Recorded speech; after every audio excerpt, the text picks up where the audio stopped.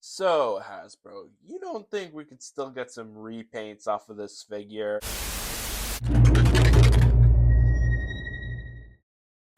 What's going on, everybody? Republic Cinema here, and in this video, we're going to be taking a look at the new Transformers Studio Series Bumblebee movie Core Class Starscream. Before we start, in case I sound a little different, I'm just a tad bit sick, but thankfully not sick enough not to do a video. So anyhow, in case you know, Core Class may or may not be ending, or just aren't being focused on as much as before. Either way, it was a shame, because there was so much potential. Like for example, perhaps a Core Class '07 Frenzy would have been nice to see, but it seems that we may never get that. Or at least not anytime soon. But anyways, here we are with the last Core Class for a very long time, that being Core Class Bumblebee movie Starscream. And he looks interesting.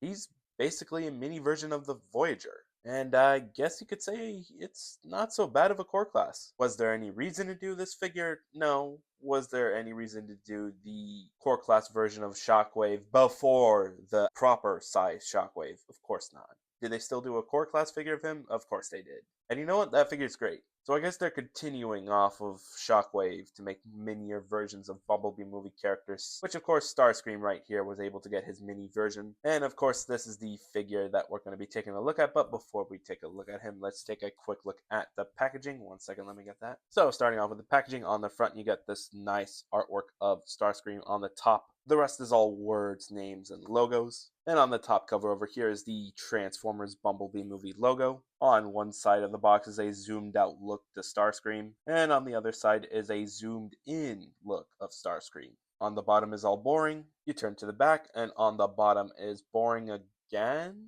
But on the top, you get a little more info of what you get inside the packaging. And yeah, that's pretty much it for the packaging. Now moving back to the figure. So starting off, painting and sculpting is pretty good. Honestly, there's not too much to say about the sculpting. After all, it is a core class and a much watered down version of the sculpting for the Voyager class. But the paint apps, I guess you could say, are still accurate and somewhat on point, especially since this is a G1 meets live action version of Starscream. Aside from these blue parts over here, I guess the only parts that are really painted are the wings, the thighs, and the chest. And of course the head. Nice head sculpt, by the way. Also, can't forget the iconic Decepticon logo. Now, for the kibble on this figure, whilst it is visible, it is handled nicely well. Since the alt mode kibble is nicely tabbed onto the rest of Starscream's body, nothing's going to tab off spontaneously after messing around with this guy for a long time. Now, for the QC on this guy, or at least for my copy, it's not all that great. The joints on the legs are a little loose, as well as the shoulders. The elbows, on the other hand, are tight, and so is the head, but the rest just seems to be a little loose. Oh, and did I forget to mention that the legs pop off a little too easy? Yeah, I hope your copy doesn't suffer from that too. But overall, quality's a bit of a mess, or at least for mine. But anyways, moving on to accessories, which would be the gun that he was seen using in the movie. This is the only accessory he comes with. No null rays that tab onto the arms or at least the wings. So anyhow, here's Starscream with his accessory, and there is weapon storage on the back.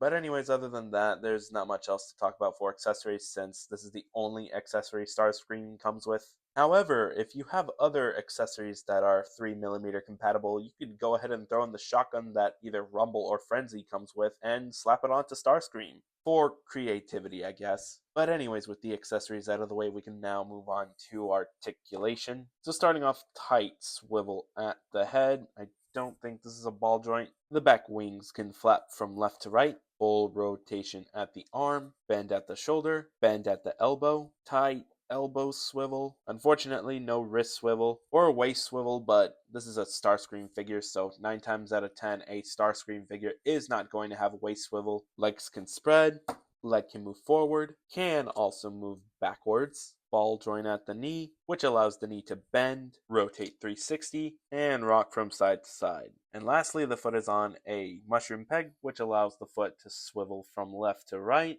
And that's pretty much it for articulation.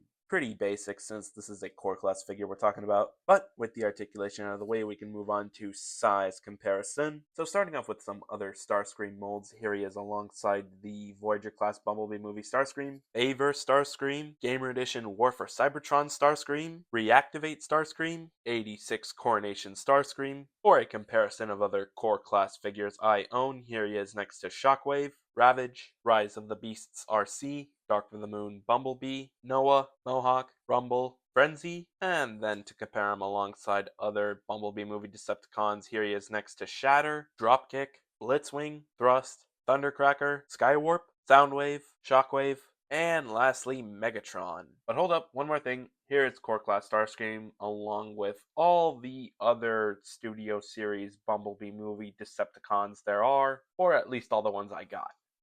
Hold on, let's spread them out a little more, just in case you can't see everybody. Still can't see everybody. As mentioned in a previous video, I guess all we're missing is a couple more paint variations for some Seekers, and I guess some Cybertronian versions of Shatter and Dropkick. Same thing with Blitzwing, and in case a concept art CAD label for it exists, it would be great to see a core class concept art Laserbeak. But other than that, there's not much else we're missing for the Bumblebee movie Decepticons. Also, be sure to let me know down in the comments which Bumblebee movie Decepticon out of all of the Bumblebee movie Decepticons that have been made. Be sure to let me know which one is your favorite. Now, with that being said, we can finally move on to the transformation, which is pretty straightforward. To start off, you want to move the arms like this. Make sure both of the arms are in that same position. Leave them up. And now we move on to the legs. To start off, move this down and then rotate this whole piece upwards. Rotate it. Same thing for the other side. After that, you're going to want to go ahead and snap them in together, because after that, what you're going to want to do next is untab this whole assembly, along with untabbing this bigger assembly and then rotating it like so. Oh, and make sure you close this in as well. And have the nose unfolded, which is a little hard to do. I don't think I can get that on camera, but it's okay, I succeeded. Make sure that these tabs go in and that these tabs go in as well. The last thing you're going to want to do is rotate the arm forward and then tab it right there. Same thing for the other side. And there you go. There's Core Class Starscream in his alt mode. So to start off, since this is a smaller version of a Voyager class size alt mode, obviously the alt mode on the Core Class is going to look a little funky, such as this nice gap right here. It's a shame the weapon's not going to do anything to cover that up. Oh, and speaking of weapons, the weapon storage is basically the same as it was on the robot mode, only the gun is facing the other side rather than the gun facing over here, of course, because this is the alt mode. Oh, and there appears to be a little bit of articulation, as long as you don't rotate the gun enough for it to snap off. You know, I get this was a pretty good attempt at making a core class version of a Bumblebee movie Starscream, but the arms being snapped on the side of the alt mode just makes it look like Starscream's driving this, as if he was holding a steering wheel. And it's easy to bust a nose. Wouldn't it be usual for this thing to tab into place when moving it upwards? Because that's not present over here. Whatever, it fits the character. Now, for some brief alt mode size comparisons, here he is alongside Shockwave, Ravage, Rumble, Frenzy, and then here he is alongside the, I guess you could call it the scale accurate Starscream. Sheesh, this is like comparing a normal Lego set to an Ultimate Collector Series Lego set. There's not much to say about this other than the size difference and asking you guys which one you'd prefer. It sounds ridiculous, so which one's a little easier to do in a stop motion, maybe? Or which one's better in price?